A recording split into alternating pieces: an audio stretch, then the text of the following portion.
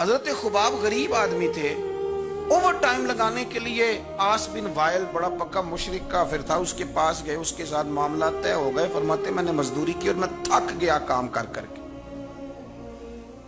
और जब मजदूरी मिलने का वक्त होता है तो मजदूर ने बड़ी बड़ी मनसूबाबंदी की हुई होती है कि बच्चे को कपड़े लेके देने हैं, छोटी बेटी को बैग लेके देना है, और जो बेटी ब्याह दी है उसको तोहफा भेजना है। बड़ी उसकी मनसूबाबंदी होती है।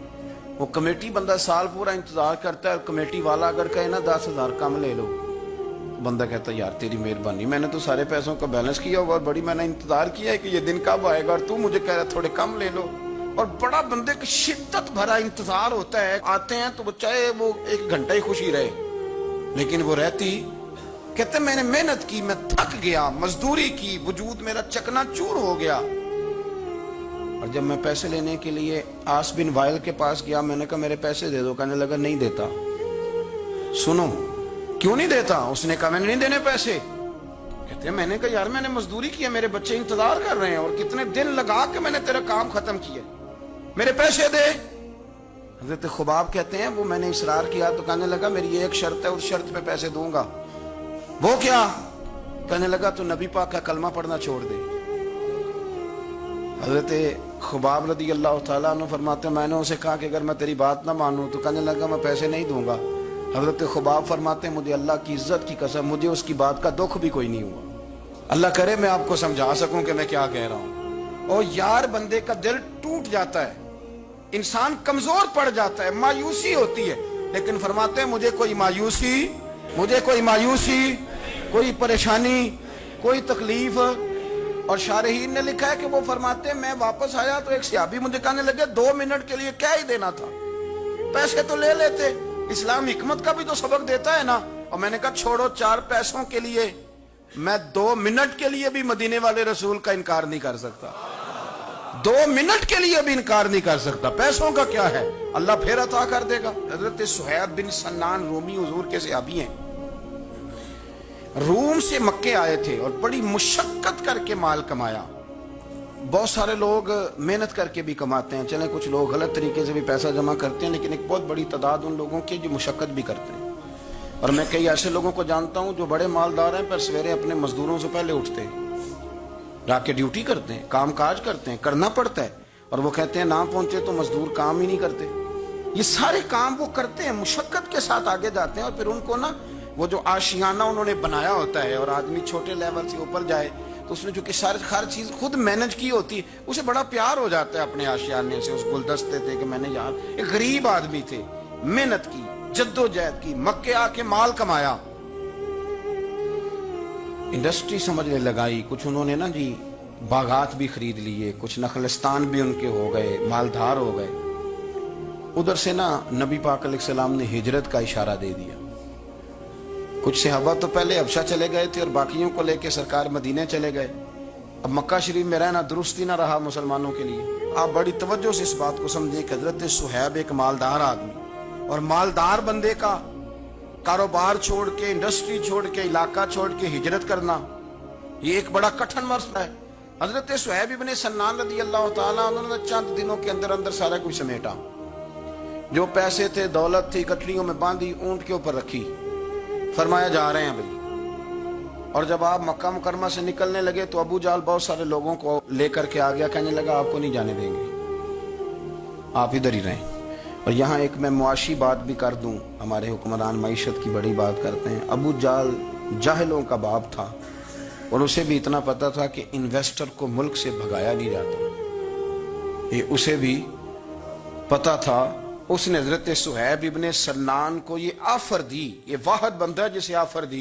कहने लगा सुहैब हम तुम्हें तंग नहीं करते, तो मक्का शरीफ में रह के अपनी मर्जी की नमाजें पढ़ो, अपने तरीके पर इबादत करो, पर मक्का छोड़ के ना जाओ। हजरत सुहैब कहने लगे मैं मक्के जिनकी वजह से रहता था जब वो ही नहीं मक्के रहे। आप समझे मेरी बात को? उसने कहा आप रहें जैसे दिल करे, मक्के में काबे में इबादत करें। तो हजरत सुहैब फरमाने लगे मेरे नबी पाक गए हैं मक्के से चले, हुजूर पहुंच गए मदीने में, अब तू मुझे काबे की कुंजियां भी दे दे तो फिर भी मक्के में नहीं रहूंगा, मदीने ही जाऊंगा। तो कुंजियां भी दे, हाजियो आओ शहनशाह का रोजा देखो, काबा तो देख चुके अब काबे का भी काबा देखो। फरमाया मैं नहीं रहता, अब मैं जाऊंगा। उन्होंने پھر سخت رویہ اختیار کیا، سخت۔ ولید بن مغیرہ نے تو خنجر نکال لیا، کہنے لگا تم غریب آیا تھا روم سے اور تو نے یہاں کی اتنی جائیدادیں بنائی ہیں، تو مال تو نے مکے میں کمایا تو ہم لے جانے نہیں دیں گے۔ تو حضرت صہیب کہنے لگے خنجر تو پیچھے کر، کیا چاہیے تجھے؟ انہوں نے کہا جی یہ جو مال آپ نے کمایا ہے نا، یہ مکہ شریف میں رہ کر کے کمایا ہے، ہم لے جانے نہیں دیں گے۔ تو حضرت صہیب فرمانے لگے مال کی میری نظر میں اوقات بھی کوئی نہیں، تم سارے کے سارے پیسے رکھو پر مجھے کوئی مدینے جانے سے روک نہیں سکتا، سارے پیسے۔ اللہ کرے آپ کو سمجھ آئے۔ آج تو لوگ تھوڑا سا وہ 1.5-2 لاکھ روپیہ لگتا ہے حاضری دے کے حرم شریف کی آ جاتے ہیں، اس کے باوجود وہ کہتے ہیں کیا بات ہے، میری بڑی شان ہے، لیکن دیکھو مدینے جانے کی قیمت کتنی تھی۔ سارا ہی مال دے آئے، سارا ہی مال، اور ہر شے دے دی، حتیٰ کہ اونٹ سے کجاوا بھی اتار لیا ابو جہل نے، کجاوا بھی اتار لیا۔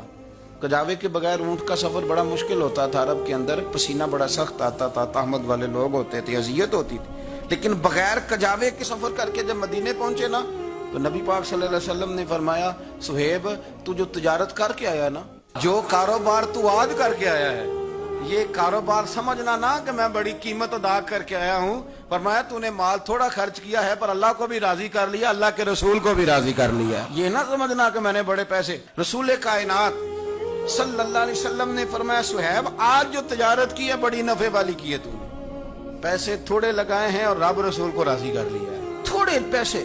تو صحابہ کرام نے نا وہ کمٹمنٹ تھی ان کی دین کے ساتھ کہ کوئی چیز انہیں پیچھے ہٹا سکتی۔ وہ حضرت نظام الدین اولیاء محبوب الہی رحمت اللہ علیہ نے نا اپنے جوتے کسی کو تحفے میں دے دیے، تو خواجہ میر خسرو نے 2 لاکھ روپے کے خرید لیے۔ میرے مرشد کے جوتے ہیں نا 2 لاکھ کے خرید لیے، اور خرید کے نا چلیں کسی نے فتویٰ لگانا ہو تو لگائے، پر ہم کیا کریں، طریقت کے لوگ ہیں نا، باتیں کرنی پڑتی ہیں۔ امامہ شریف کے اندر جوتے رکھ لیے، ٹوپی کے اوپر ایک جوتا ادھر رکھا ایک ادھر رکھا، اور اوپر پگڑی باندھ لی، اوپر پگڑی شہر تیرے دے ٹکڑے منگ ساں تے تیرے کتیاں دے پیر چومے ساں، اوپر پگڑی باندھ لی۔ خواجہ نظام صاحب تقریر کر رہے تھے، واز کر رہے تھے، تو حضرت امیر خسرو بھی آ کے بیٹھ گئے، تو فرماتے میرے دل میں خیال تھا کہ بڑا خوش نصیب ہوں، 2 لاکھ کے جوتے خریدے ہیں مرشد کے، اور اس زمانے میں 1 روپے کے 4 جوتے آتے تھے، 2 لاکھ کے جوتے خریدے ہیں، بڑا خوش بخت ہوں۔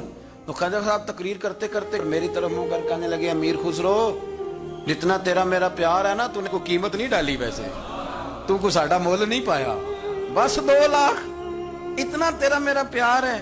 اب آپ کو میں کیسے سمجھاؤں کہ یہ بھی ایک مزہ ہے، یہ بھی ایک وادی ہے، اور یہ بھی ایک کیفیت ہے، جو اتر جاتا ہے وہ اس کو تھوڑا سا سمجھ جاتا ہے کہ تو ساڈا کو مول نہیں پایا بیلیا 2 لاکھ۔ حضرت امیر خسرو رو پڑے، کہنے لگے حضور میں بیکاری سا بندہ ہوں، جیب میں تھے ہی 2 لاکھ، غریب سا آدمی ہوں، تھے ہی 2، سونے یہاں زیادہ ہوتے تو میں زیادہ پیش کرتا، تھے ہی اتنے جتنے تھے، میں نے نظر